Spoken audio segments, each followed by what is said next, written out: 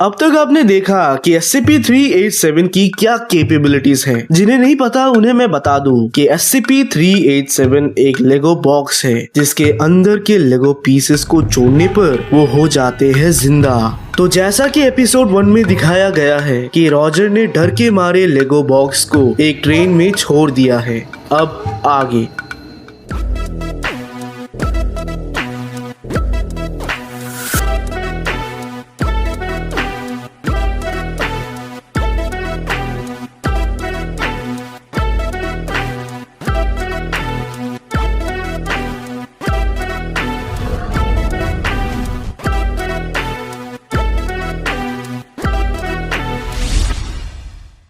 SCP foundation के एक जाने माने एम्प्लॉय एजेंट लूथर 2 महीनों की छुट्टी के बाद वापस फाउंडेशन लौट रहे थे। ट्रेन में उन्हें अपने बगल में एक लेगो बॉक्स मिला।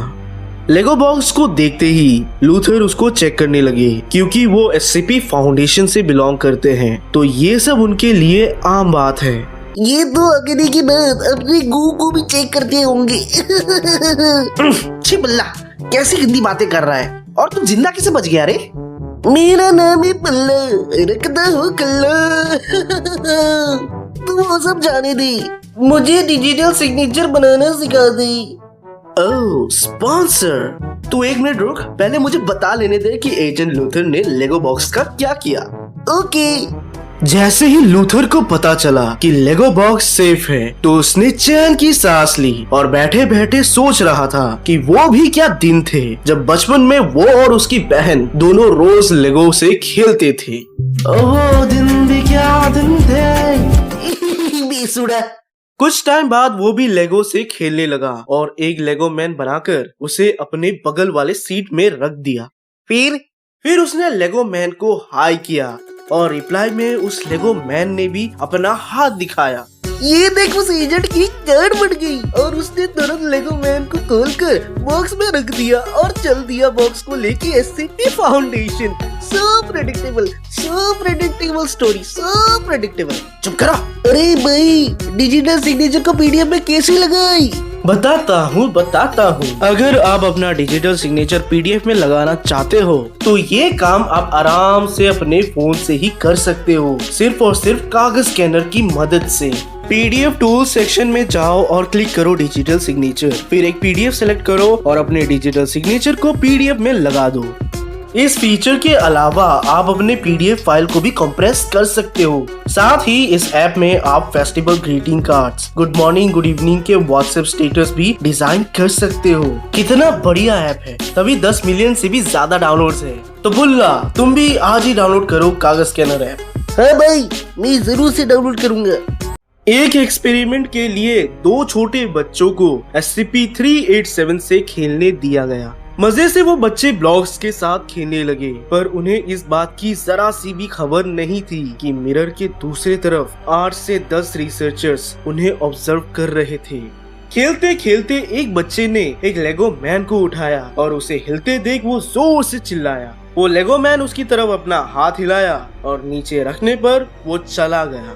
इन लेगो फिगर्स को जिंदा देख वो दोनों बच्चे बहुत खुश हुए और एक दूसरे के साथ बैटल करने के लिए एक बच्चे ने एक बड़ा ट्रांसफॉर्मर बनाया, वही दूसरे बच्चे ने एक M1 एब्राम्स टैंक बनाया। इमीडिएटली उन दोनों बच्चों को टेस्ट रूम से निकाला गया और फिर उन दोनों क्रिएशंस ने एक दूसरे को डिस्ट्रॉय कर डाला।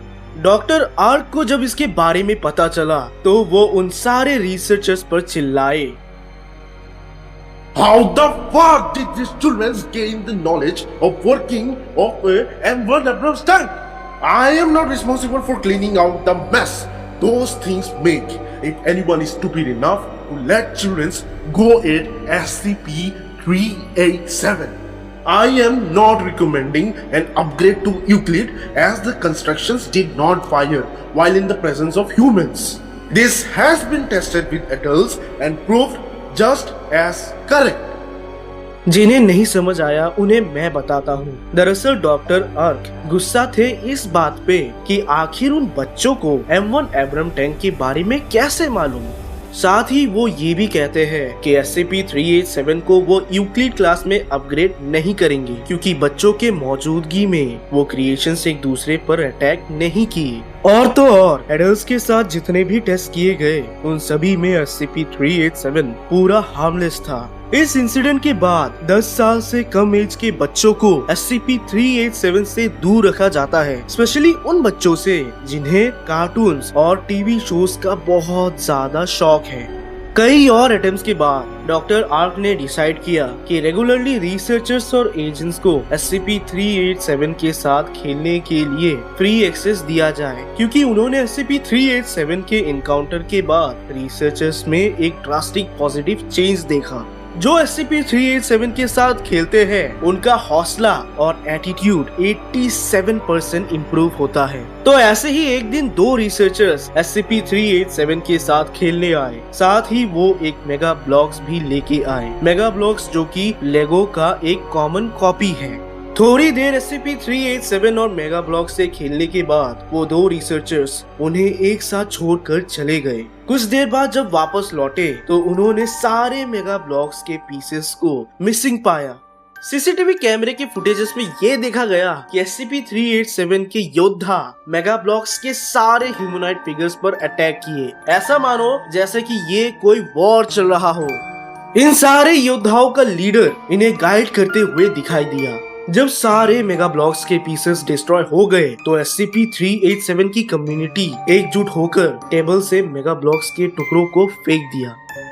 इवन दो मेगा ब्लॉक्स के फिगर्स ने उन पर अटैक नहीं किया, ना ही खुद को बचाने की कोशिश की क्योंकि ऑफ कोर्स ये बेजान है, मगर फिर भी SCP-387 ने उनके प्रति वायलेंस को चुना। इसका रीजन शायद जेलसी है क्योंकि SCP-387 इंसानों से प्यार करते हैं और वो नहीं चाहते कि कोई और इन सब के बीच में आए, या फिर शायद SCP-387 बस दूसरे लेगो ह्यूमनॉइड टॉयज को नफरत करते हैं। तो ये था आज का फारू वीडियो। अगर आपको फ्यूचर में लेगो टॉयज चाहिए तो अभी सब्सक्राइब करो, क्या पता आपको SCP फाउंडेशन लेगो टॉयज गिफ्ट में दे दे।